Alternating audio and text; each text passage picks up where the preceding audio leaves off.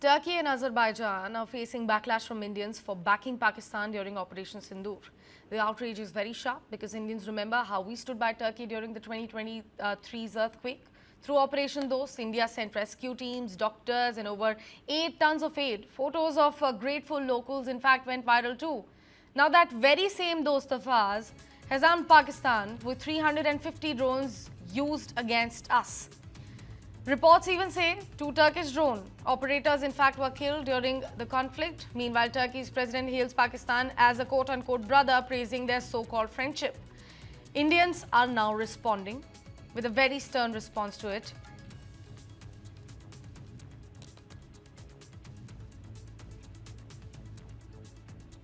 ऐसे ही हमें पता चला कि टर्की और अजरबैजान इस लड़ाई में गलत साइड में खड़े।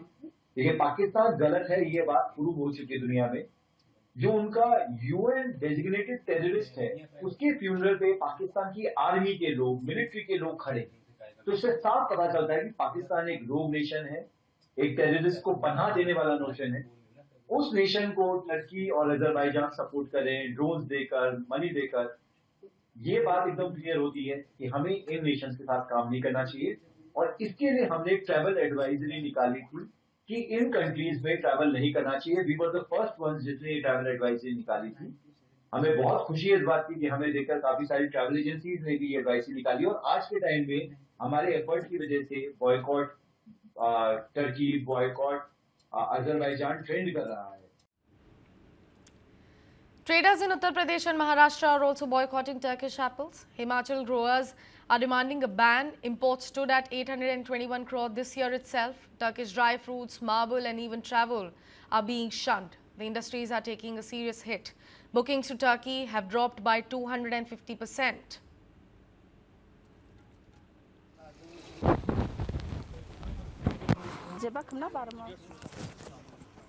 सपने में भी नहीं सोच सकते थे कि तुर्की जो ऑपरेशन दोस्त था हमारा, जब हमने ये करा तो वो ऐसा कदम उठाएगा और मतलब हमारे दुश्मन के साथ मिलके सारा काम करेगा।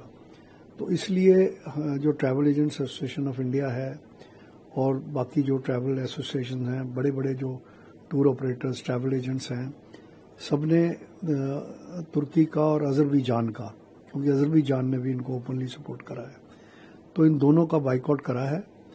और हम इंडियन चेंबर की तरफ से इन सारी एसोसिएशंस के साथ हैं।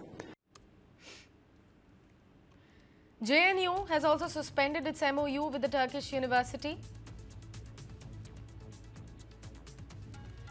Critics may laugh it off, but for many Indians, this is not about impact. It's about principle. It's about our ideology that we stand with. It's about the help that we have sent their way. It's about the response they gave to us.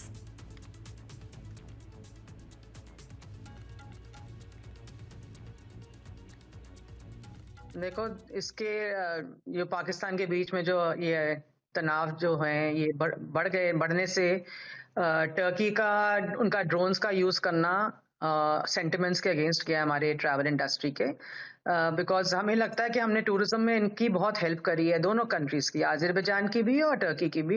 And specially Covid के बाद तो हमने बहुत ज्यादा इनको support किया। आज हम अजरबैजान में भी के 3rd के 4th लार्जेस्ट मार्केट हैं, बहुत कम फर्क से।